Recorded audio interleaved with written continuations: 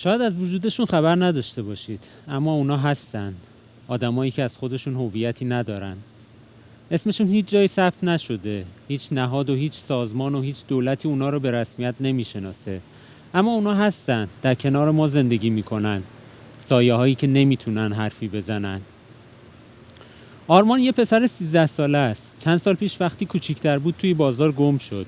مادرش بعد از 1 ساعت رفت پیش پلیس و اونو پیدا کرد. اما پلیس آرمانو به مادرش تحویل نداد. چون آرمان هیچ مدرک هویتی نداشت. اون یه پسر مادر ایرانی پدر افغانستانی بود. طبق قانون حق نداشت تا 18 سالگی ایرانی باشه.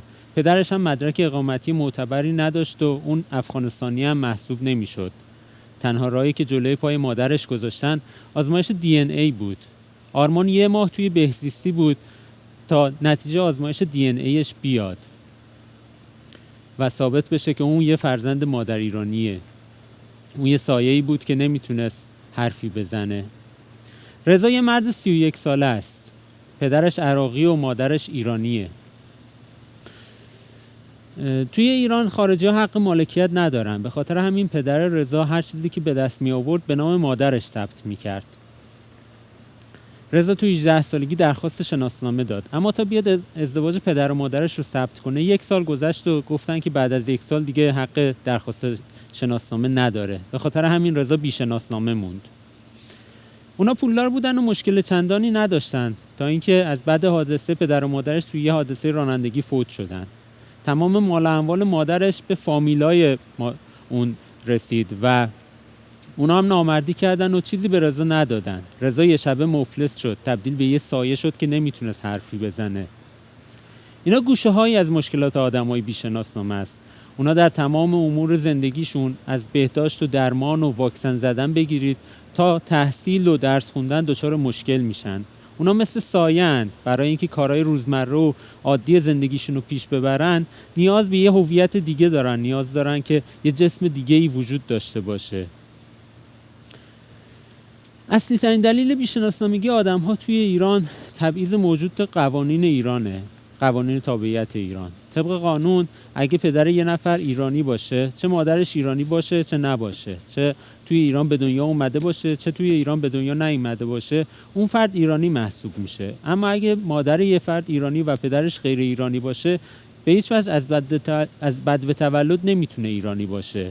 تبعیضی که بچهای انجمن دیاران تو 3 سال گذشته تلاش‌های زیادی برای اصلاحش انجام دادن. یکی از مهمترین اصولی که توی این راه پرفراز و نشیب بچهای انجمن دیاران بهش اعتقاد داشتن و اجرایش کردن این بود: در صحنه عمومی حرف بزن و کاری کن که صدای سایه‌ها شنیده بشه. چی شد که رفتیم سراغ موضوع بی‌شناسنامگی بچهای مادر ایرانی؟ حوزه اصلی کار دیاران تسهیل زیست مهاجران در ایرانه. کسانی که دهه‌هاست در کنار ما زندگی میکنن اما زیستشون شبیه ما نیستش.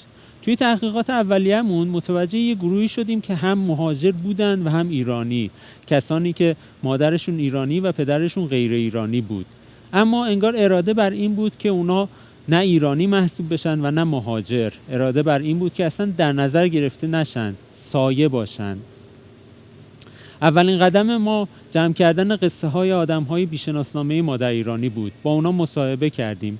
ما یه صفحه ثابت هفتگی توی روزنامه شهروند داشتیم به اسم دیاران.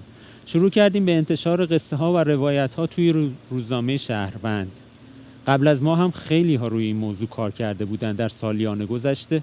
ما حاصل تحقیقات و روایت ها و قصه های اونا رو هم جمع کردیم و توی کانال تلگرام و اینستاگرام و شبکه‌های اجتماعی دیاران منتشر کردیم. هدفمون این بود که همگان با این مشکل آشناشن، نسبت به اون حس پیدا کنن، بفهمن که زیست سایه‌ای یعنی چی. و این همگان شامل همه گروه‌های جامعه بود: مخاطبای روزنامه کیهان، مخاطبای مجله زنان امروز، مخاطبای برنامه عصر جدید. در صحنه عمومی حرف بزن. گفتن از قصه های آدم های بی‌شناسنامه باعث جذب آدم های دغدغه‌مند شد و همین آدم های دغدغه‌مند بودند که ما رو به آدم های دارای گوش شنوا توی دولت وصل کردند و بالاخره این وزارت کار و رفاه اجتماعی بود که عزمش رو جذب کرد تا این معضل رو حل کنه. به تدریج توی دولت هم آدم های همراه شدند.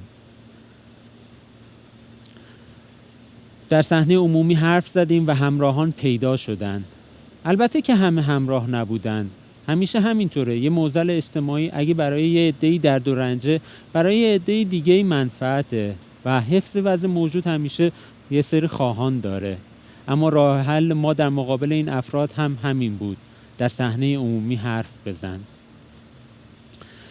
اسفند ماه سال 1396 بود که تونستیم برنامه مناظره شبکه 1 صدا و سیما رو با هزاران رایزنی مجاب کنیم که در مورد تابعیت بچه‌های ما در ایرانی یه مناظره برگزار کنه. ما تقریبا مخالفا رو شناخته بودیم. از اونا دعوت کردیم که بیان تو این برنامه و دلایل مخالفتشون رو تو صحنه عمومی بیان کنن. اما مخالفا صحنه عمومی رو دوست نداشتن. اونا دوست داشتن که پشت پرده لابی کنن و برن تصمیم گیرنده ها رو ببینن و اونا رو بترسونن و کاری کنن که وضع موجود حفظ بشه. نه تنها به اون مناظره نیامدن، بلکه نامه نوشتن به صدا و سیما که کسانی که پیگیر این موضوعن از سفارت‌های خارجی پول میگیرن. اما ما به حرف زدن در صحنه عمومی ادامه دادیم و همین باعث شد تا خیلی از نمایندگان مجلس و تصمیم گیرندگان نسبت به این موضوع حس پیدا کنند، با این معضل آشنا بشن. اونا صدای سایه ها رو شنیدن. به تدریج خود مادرای ایرانی هم وارد گوت شدن. شروع کردن به گفتن از قصه ها و روایت مشکلاتی که دارن. تو اردیبهشت ماه سال 1398 جمعی از اساتید علوم اجتماعی دانشگاه‌های ایران به صحنه عمومی اومدن و تو نامه‌ای به نماینده‌های مجلس خواستار اعطای شناسنامه به بچه‌های مادر ایرانی شدن. عده زیادی از فعالین اجتماعی توی توییتر طوفان مادرم ایرانی است من کجاییم رو به راه انداختن.